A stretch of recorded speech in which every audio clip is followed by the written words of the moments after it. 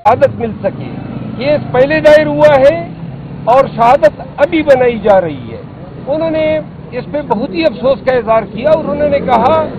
कि हम इन तरीकों से कौम को बजाय पॉलिटिकल स्टेबिलिटी की तरफ ले जाने के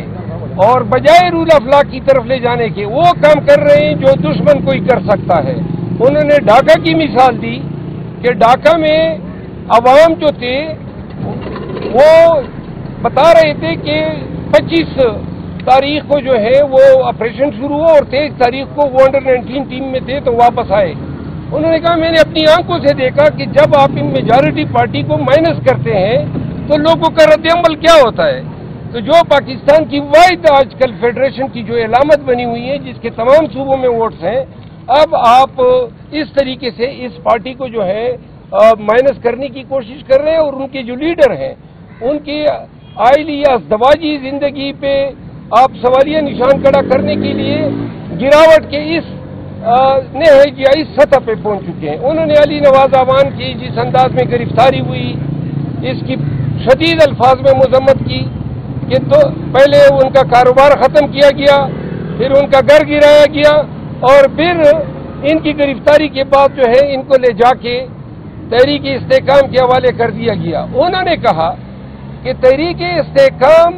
बिलखसूस तरीन साहब और अलीम खान ऐसे हरकतें करके अपना बेड़ा खुद ही गर्क कर रहे हैं और इलेक्शन में इन दोनों की जो जमानत है वो भी जब्त होगी। उन्होंने केपी में कन्वेंशन शुरू करने पर खुशी का इजहार किया और केपी के सदर अली अमीन के लिए बड़े ही शाबाशी के अल्फाज कहे और उन्होंने कहा कि केपी के अवाम से उनको बड़ी तवक्को है कि जो मुल्क में आज खौफ छाया हुआ है इस खौफ को रिमूव करने के लिए और लोगों को हिम्मत देने के लिए तमाम कौम की नजरें जो हैं वो केपी के अवाम की तरफ हैं कि वो उठेंगे। और मैंने बताया कि किस तरह चरसदा के अवाम ने खौफ के बत्तों को पाश पाश किया। उन्होंने पेशावर में हमारी जो कन्वेंशन हो रही है 24 तारीख को इस पे खसूसी जोर दिया कि ये पैगाम दें कि पेशावर के कन्वेंशन को जोक दर जोक तमाम पेशावर के लोग गिरदो नवा के अजला वो वहां पे आए और इसको कामयाब करें। साथ में जलसे के हवाले से वो बड़े पुरुमीद है कि केपी के तमाम अजला से तमाम तहसीलों से लोग जो है आएंगे और लाखों की तादाद में शिरकत करेंगे। इस जलसे की कामयाबी पाकिस्तान तहरीक इंसाफ के लिए और खान के लिए और हमारी सियासी जदोजहद के लिए बहुत जरूरी है। बहुत शुक्रिया। इमरान खान साहब के साथ उनकी लीगल टीम हम सब ने मुलाकात की है, आज केसेस डिस्कस किए। वो मुतमईन हैं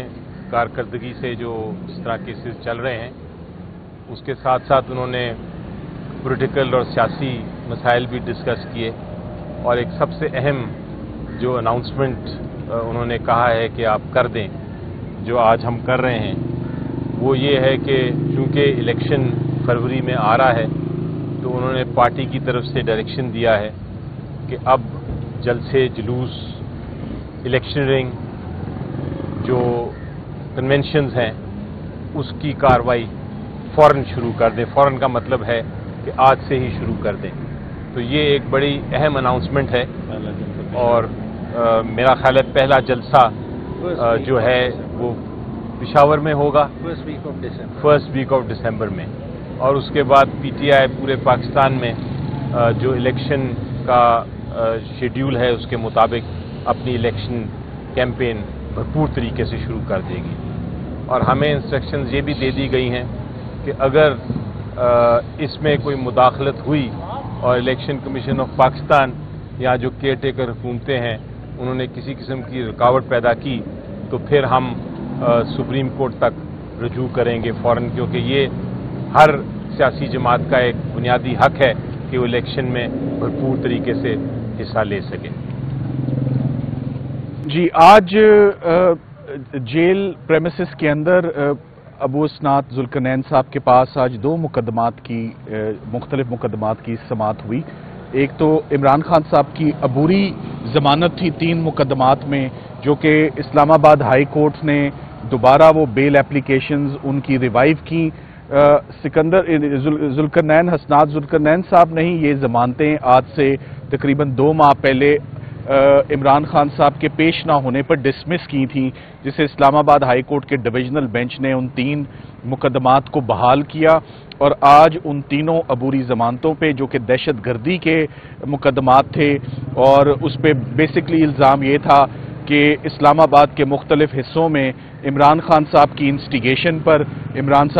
خان صاحب کے اقامات پہ اور ان کے ایک ویڈیو جو وائرل ہوئی اس کے نتیجے میں مختلف واقعات جو رونما ہوئے، اس کے لیے عمران خان صاحب پر 109 اما کا الزام تھا۔ اس میں افسوس کی بات یہ ہے کہ جیسے سٹاک ایکسچینج میں کچھ چیزوں کے سٹاکس اوپر ہوتے ہیں اور کچھ کے نیچے ہوتے ہیں اور روزانہ کا اتار چڑھاؤ ہوتا ہے، اسی طرح عمران خان صاحب کے اوپر بھی جتنے مقدمات ہیں ان کیسز میں کچھ کیسز جو ہے ان پہ پریفرنس، ان کی پرائرٹی، ان پہ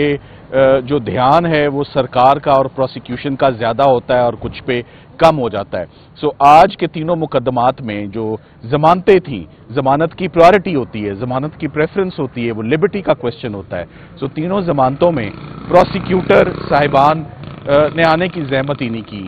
اور انویسٹیگیٹنگ آفیسر 3 مختلف تھانوں کے مقدمات تھے، تینوں کا ریکارڈ آج پیش ہی نہیں کیا گیا، جس کی وجہ سے دوبارہ ایک دفعہ ضمانت کی اپلیکیشن پر فیصلہ نہیں ہو سکا اور وہ التوا کا شکار ہوئی ہے، اور آج دوبارہ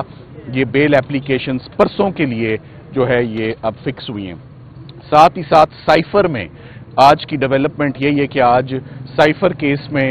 جج صاحب کو بتایا گیا ہے کہ آج ڈویژنل بینچ دوبارہ اس کیس کی سماعت 11 بجے کے بعد شروع کرے گا، اور اس میں سٹے ابھی تک فیلڈ میں ہے۔ پروسیکیوشن کی جانب سے ذوالفقار نقوی صاحب پیش ہوئے، اور اس میں بھی دوبارہ پرسوں کے لیے سماعت کو اس میں ایڈجرن ہوئی ہیں، کوئی گواہ پابند نہیں ہوا۔ پرسوں صرف اس چیز کے لیے رکھا گیا ہے کہ اسلام آباد ہائی کورٹ کیا فیصلہ کرتی ہے۔ ساتھ ہی ساتھ یہ بھی بات بڑی اہمیت کی حامل ہے کہ کل سپریم کورٹ آف پاکستان 3 رکنی بینچ عمران خان صاحب کی سائفر کے کیس میں ضمانت پر سماعت ہوگی، اور ساتھ ہی ساتھ جو جلد بازی میں ان کا ٹرائل چل رہا ہے اور جیل میں جو ٹرائل چل رہا ہے اور ڈیفیکٹو چارج جو فریم ہوا ہے اس کے حوالے سے بھی جو ہے وہ ہیئرنگ کل